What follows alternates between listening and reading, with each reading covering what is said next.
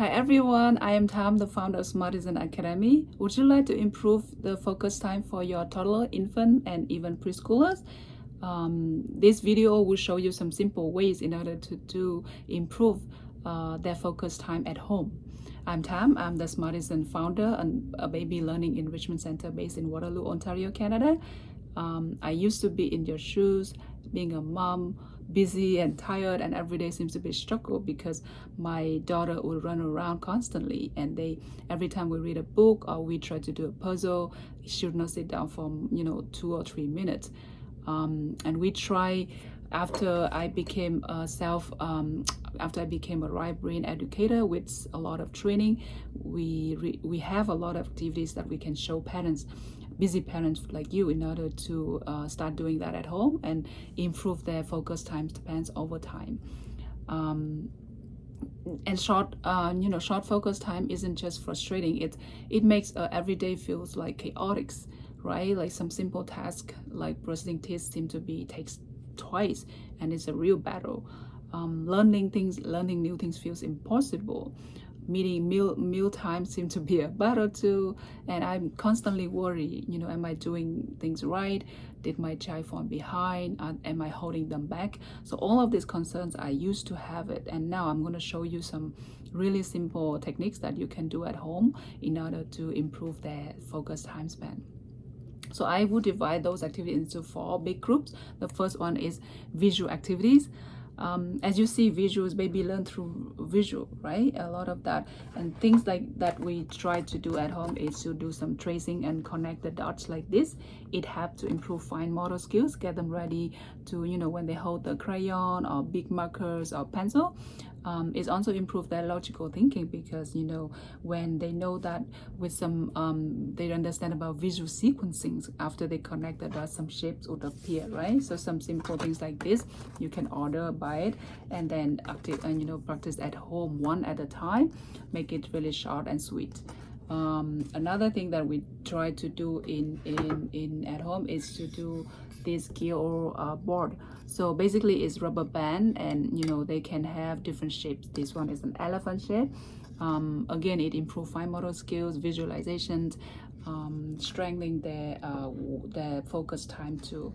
Something that we also do is, you can do that at home, and I'm sure everyone has one, is building blocks, right? It's open-ended toys, so that improve their creativity, imagination, making big towns, making a bridge, making a fire station, you can name it.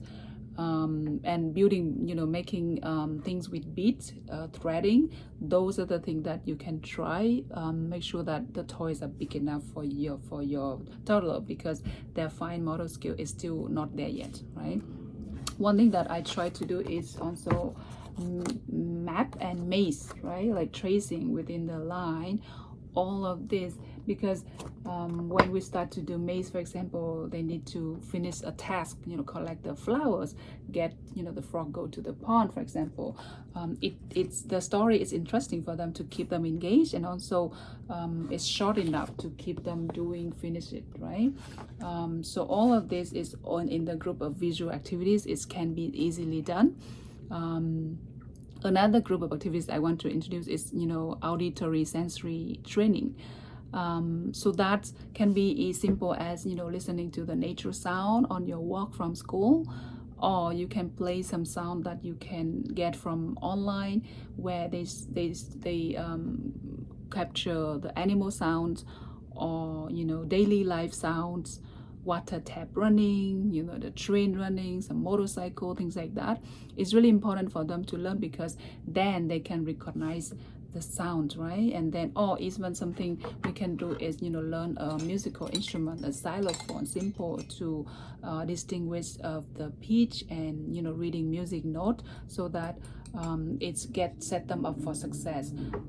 Sound training is critical important, because you are setting them up to do speech development, right? Because when they are able to identify sounds from sound, is really important in order for them to recognize different sound, and especially when it comes to making sentence and phrases. That's when sound training become more crucial for language development. Another thing that we do is to have with smell training or olfactory training. It can be simple, like let them smell some spice jar like black pepper, cinnamon, right? Things like that, or flowers, or have them get them involved in making preparing dinner with you, baking. My daughter loves making pizza. She always likes to play with the dough and make her mini version of pizza. She would put the tomato sauce on top of it, put the topping. So all of that help them to recognize the smells and the taste of the food, and they are able to recall and remember the objects and experience better because they are, you know, involved in a part of doing it, right? That's also enhanced both short-term and long-term memory. It actually can, you know, with smell training, it actually can make them calm, right, and prepare for the more complex task. The last group of activities is flexible sitting options. By that I mean they can sit on a swivel chair, they can sit on a bean bags, they can sit on a, you know, like a school broker, or some, you know, chair band, because they are constantly looking for sensory, and their core muscle, right, and then the back muscle, like the lower hip, is not really fully the lower back is not fully developed yet, and we keep wondering why can you not sit still. Is because this big group of muscle that we have, they don't have that yet. So that's why they have the option to self-regulate, to find the comfort when they are sitting, and that help them to reduce frustration and distraction, and that's when they can sit longer and focus on the activity we want to show them. Now, when I did more research about why baby cannot focus too long, it turns out that because the part of their brain is the prefrontal cortex. It hasn't been fully developed, not until they later in their life even. That's part of the brain in charge of, you know, planning, attention, and doing, you know, focus is not fully developed. So we cannot expect a young child with immature brain in order to sit too long, right? So knowing that, and knowing that their muscles are still developing, we know that it takes time for them to get to the level that we want it. So we show them, we really understand why they cannot sit long, and babies are wired to seek sensory, to explore the environment around them, because they are curious by nature. By providing all of these activities, we actually give them with a more rich, meaningful environment so that they can explore and help makes learning more fun for them, right? You don't have to do all of this activity in one day. As you have a busy schedule, you can just pick one and do one thing at a time and enjoy the journey with your child. In our classroom, in our program, we try to incorporate this in our 1 hour brain sessions, because we want to give them rich stimulation as much as we can in our program, right? But don't overwhelm yourself with all of this.